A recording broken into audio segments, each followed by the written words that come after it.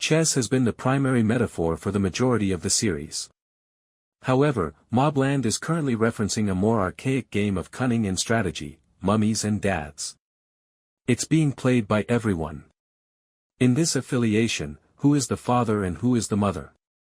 In episode 8, Richie questioned investigators Fisk and Mukasa before killing them in his darts dungeon.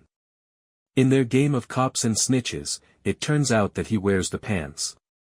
At Harrigan HQ, a very literal game of mummies and daddies is taking place across the Chilterns. In actuality, it's not so much a single game but a series.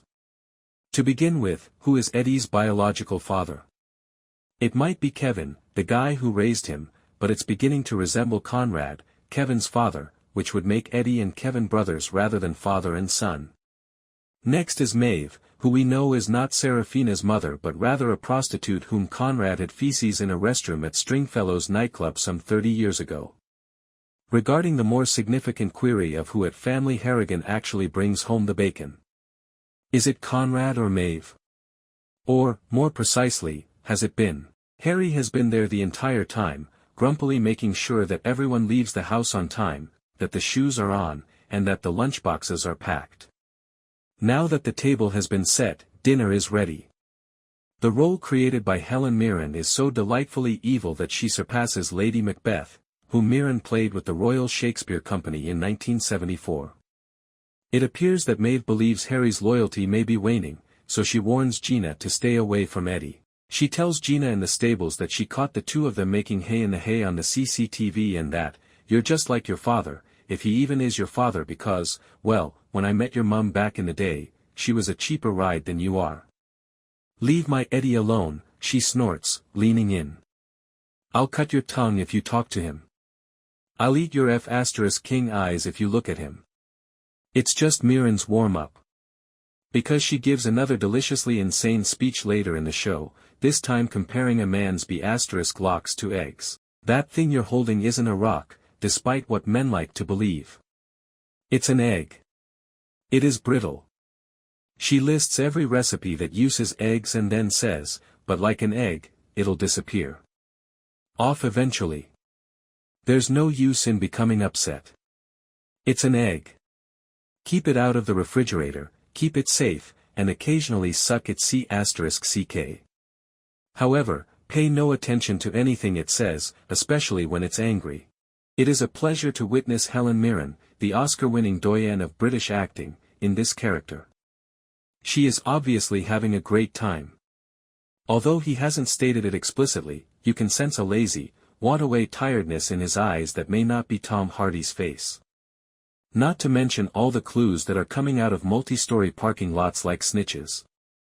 The most obvious occurs in the tavern following Conrad and Jaime Lopez's meeting. This is the Harrigans' fentanyl move. They promise to pay twice what Richie does, eliminating him from the equation. Jaime then looks at Harry. "I came here to give you a direct look and tell." This is his parting remark. "Just because I do a favor to Kat McAllister, doesn't mean I do a favor for you." He then departs to think about Conrad's offer, saying, "No wonder Kat wants you. And no wonder you want to leave." Naturally, this leaves Conrad feeling wetter and hotter than the rocks in his own sauna. In Bella's strange relationship with her father, it's obvious who the father is. She has spent the last 5 episodes trying to arrange a meeting between him and Antoine, the enigmatic French fixer. Bella's father is a high-ranking government official who has access to the Home Secretary, and Antoine is what Bella refers to as a sanctioned Syrian arms dealer. Bella is here to arrange a meeting between the two, but hold on a second. They meet in a posh hotel, where she orders a Don Julio on the rocks. For those who don't know, that's a very expensive tequila. The Home Secretary and the arms dealer are present. Bella's father suggests the potted shrimp, and Antoine is wearing a covert tie camera. When it came to Kevin all those years ago, Rusby was undoubtedly the father figure, in the penitentiary sense of the word.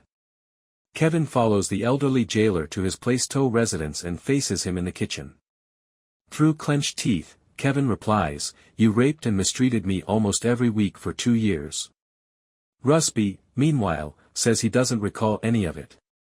At least not the rape. The boys needed a firm hand sometimes, he recalls. But sexual assault? Is it possible that you've imagined it, he says.